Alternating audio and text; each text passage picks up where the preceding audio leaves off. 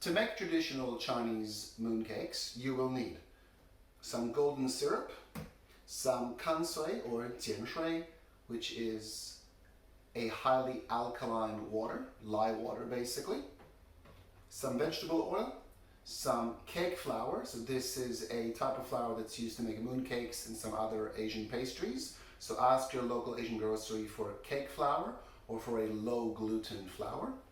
You'll also need some salted duck egg yolks, some lotus paste, some red bean paste, and finally, to make the shape of your mooncakes, a mooncake mold. They come in various different sizes and designs. The one I've got here is for 100-gram mooncakes.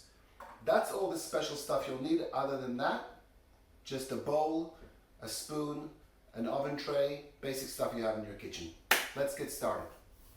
To get the ingredients you need from the Chinese grocer, you'll ask for lye water, 碱水, salted duck egg yolks, 咸鸭蛋黄, red bean paste, 红豆沙, lotus paste, 莲蓉, and finally the cake flour. 蛋糕面粉. The rest you should be able to get at a supermarket. I'm going to start by making the dough for the mooncakes. So to do this, I'll just need these 4 ingredients, starting with 60 grams of golden syrup,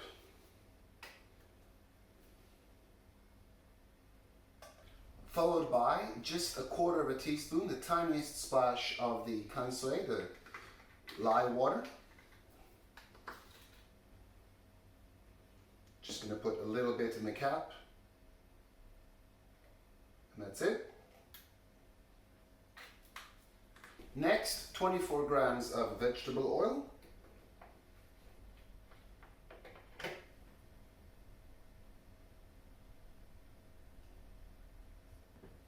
And finally, I'm going to sift in 100 grams of the cake flour.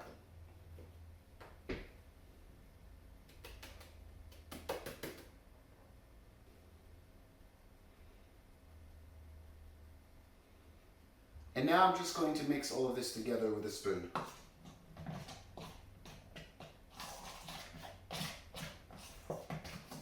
At first it'll look a bit clumpy, like it's not coming together. Keep mixing, eventually it will come together into a smooth dough.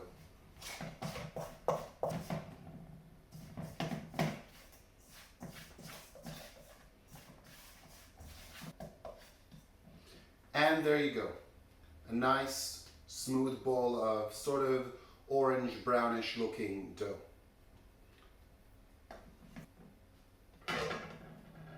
Now I'm just going to take this dough and wrap it in a bit of cling wrap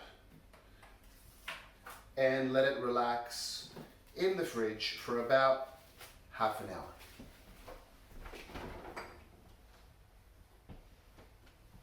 Right, while the dough is resting in the fridge, I'm going to get started on the filling. First things first, the salted duck egg yolks need to be washed a little bit and cleaned to get any remaining egg white off them. So I've just got a bowl of water here.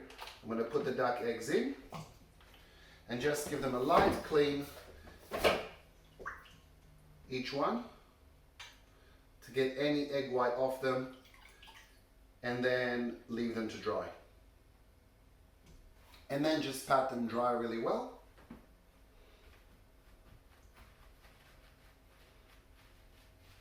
And there we go. That's our salted eggs ready to go. For this next bit, you're going to need your kitchen scales and a little bit of mats. The idea is that each mooncake should be made of 1/3 pastry and 2/3 filling by weight. So in my case, I'm using a 100-gram mold.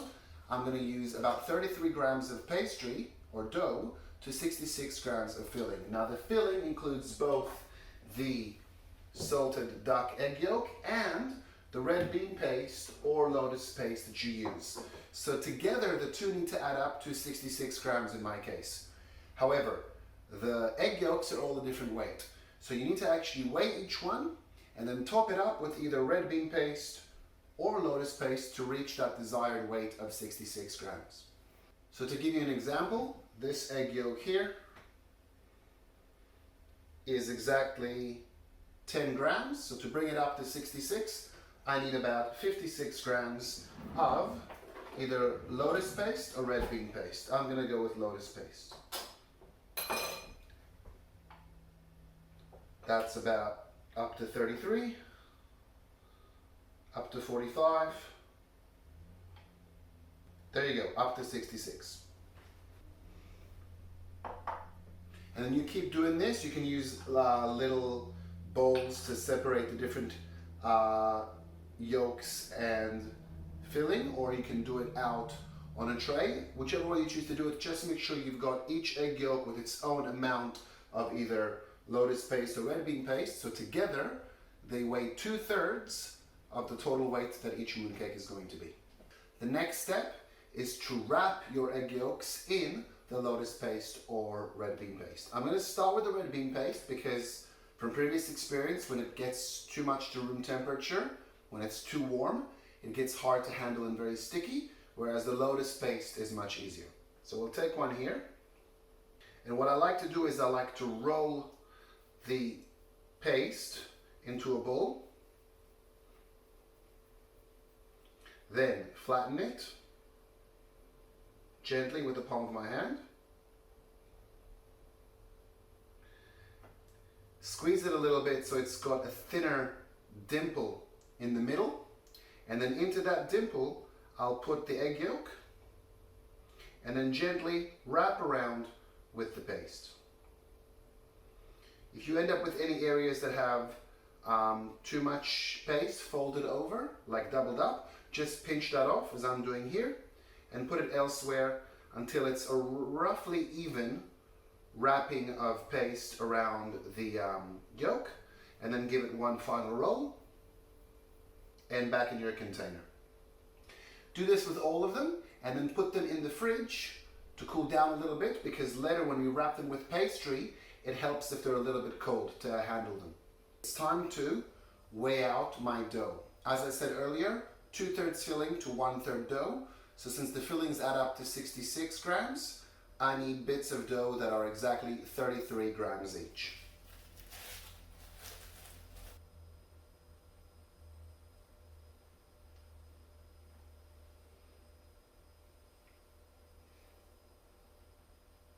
So it looks like I miscalculated a little bit. I've got 8 fillings in there, but only enough dough for 5. So I'm gonna make a little bit more dough later. But for now, this is what we need. Each of these is 33 grams. I'm now going to flatten them and put the filling inside. To do this, I recommend you use 2 small pieces of parchment paper and a rolling pin to help you get the dough to the right shape and size. So I'll take one bunch here. Again, 33 grams of our dough. Roll it into a circle, flatten. And then I'm just going to roll it out gently until it looks like it's big enough to take one of these fillings into it and wrap around it. Here we go. That's about the size you want. It's quite thin. And what I'll do now is I'll put the filling in and I'll gently peel the paper away, and hopefully it holds.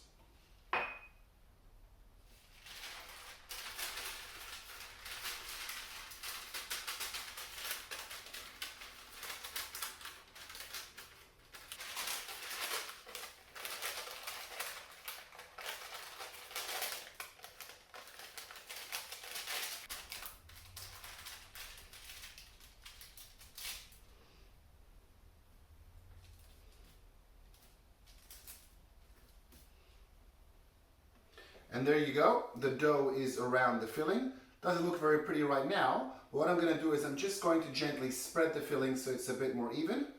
In any areas where there's too much, I might pinch a little bit off and put it on top. And generally try and get it so there's a nice, thin but even coating of dough around the filling.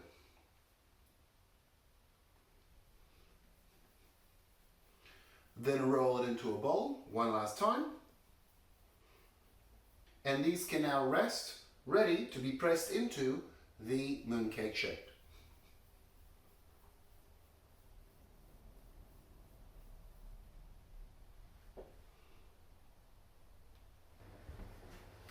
This one has lotus filling. So what I'm going to do is take it,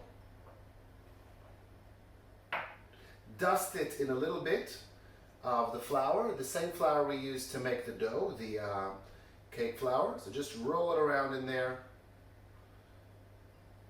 and shake off any excess.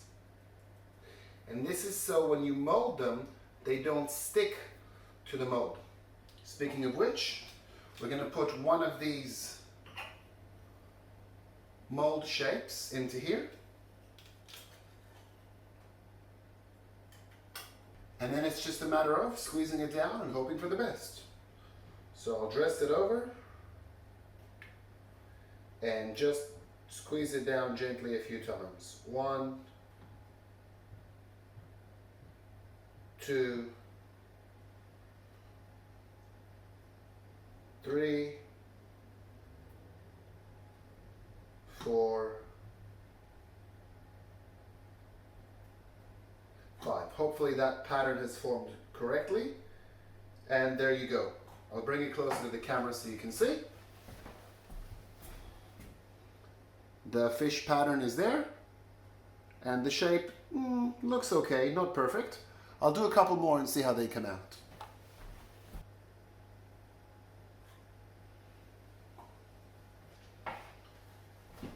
There we go. This one came out much nicer. Very, very clear shape.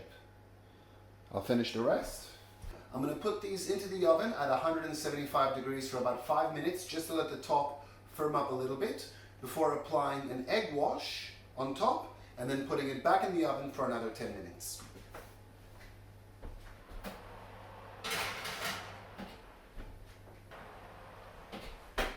Yep. They've definitely firmed up a little bit on top. So now just a quick light egg wash on top. And if, like me, you've accidentally put too much egg wash on one particular mooncake and it looks a bit squishy, like sinking and gathering in the grooves of the pattern, what you'd like to do is just gently dab it with a paper towel to absorb the excess egg wash, because you don't want it in there causing the pattern to be blurry. You just want a very, very thin layer of egg wash, and then it's back in the oven for another 10 minutes.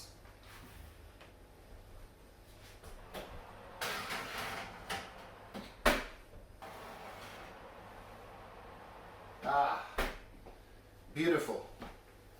There we go. With a nice dark orange-red crust on top. So I'm just going to rest these on a cooling rack for a little while until they're at room temperature. And then, once they're at room temperature, they're not actually going to get served and eaten just yet. They're going to go into an airtight plastic container for 3 days. And what's going to happen during those 3 days is all the oils from the filling, from the egg yolk and from the paste, is going to slowly make its way to the surface and give the mooncake its nice sheen, its nice sort of glossy finish that you always see when you buy those mooncakes from the store. So, yeah. Okay, so these have been resting in a closed box for about 3 or 4 days. I've given the best looking ones as a gift to my Chinese greengrocers, but let's have a look. As you can see, they look a lot glossier and shinier than they did when they went in the box. Some of the oils from the filling has come to the surface.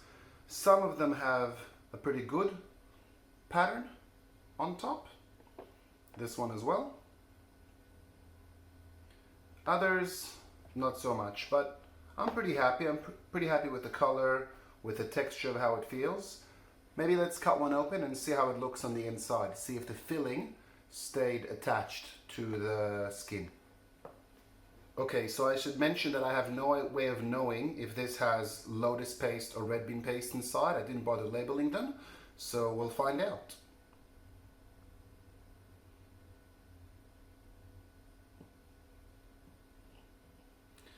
And red bean paste it is, and would you look at that? That is what you want. You want the salted duck egg yolk to not separate from the filling around it, and you want all of the filling to not separate from the skin. And I think I did both pretty well. So traditionally these would be cut in 8. The number 8 has a lot of symbolism in Chinese culture, and would be divided amongst the family to share on the evening of the Mid-Autumn Festival, the 15th day of the 8th month on the Chinese calendar. So here we go. And I'm going to give it a try. Cheers.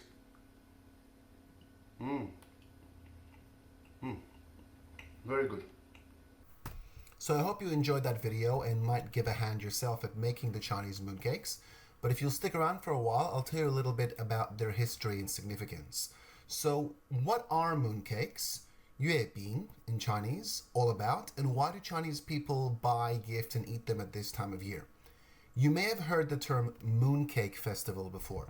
This is actually a misnomer because the name of the festival is the Mid-Autumn Festival, 中秋节 in Chinese. It's celebrated on the full moon that occurs on the 15th day of the 8th month in the Chinese calendar. Now this festival is very old. It dates back to the Shang dynasty that ruled between about 1600 and 1046 before Common Era. And it centers around families reuniting under the light of the full moon to spend time together, giving thanks to the moon as the deity Chang'e, which I'll talk about in a moment, for the successful harvest and other good things in their lives, and around praying to this same deity for more good fortune in the future. So a big part of the Mid-Autumn Festival is moon worship. The main tale about the origins of this festival and why it involves so much of the moon is one called Chang'e flying to the moon. And this is more or less how it goes. So in Chinese mythology, it is said that there were once 10 suns, not one. And at one point, all 10 suns rose at once, scorching the earth. So the king at the time asked a brave and famous archer called Hou Yi to do something about it. Now, Hou Yi is a kind of a big deal in Chinese mythology, almost like a Chinese Hercules, if you like it. He was known for defeating a whole bunch of mythical beasts. So anyway, Hou Yi uses his bow and arrow and shoots down the suns one by one until only one is left. This much is agreed upon in the folklore. As for what happens next, there's a couple of different versions of the story. The first version is that as thanks for doing this and for saving mankind, the gods gave Hou Yi an elixir of immortality. And one of his apprentices, a guy by the name of Peng Meng, was jealous of Hou Yi's skills with the bow and arrow and decided he would try to steal the elixir. So he breaks into Hou Yi's home while he's out hunting and tells Hou Yi's wife, Chang'e, to give it to him. Chang'e, realizing she can fight him and win, but also not wanting the elixir to fall into his hands, decides to consume the elixir herself. She then promptly ascends to the heavens as an immortal and chooses the moon as her residence so she could stay close to her husband. Hou Yi comes back from hunting, discovers what happened, puts on display the fruits and cakes that his wife used to enjoy when she was immortal, and kills himself. The other version of the story is that after Hou Yi shot down the suns, the people proclaimed him a hero and made him king. And once he was crowned, when he ruled out as a tyrant. He was very mean to the people. Oh, and he also somehow got a hold of the elixir of immortality from another goddess known as the Queen Mother of the West. Anyway, his wife, Chang'e, didn't want him to be immortal and to continue to subjugate the people forever, so she consumed the elixir herself and ascended to the moon, with Hou Yi trying to shoot her down, but failing.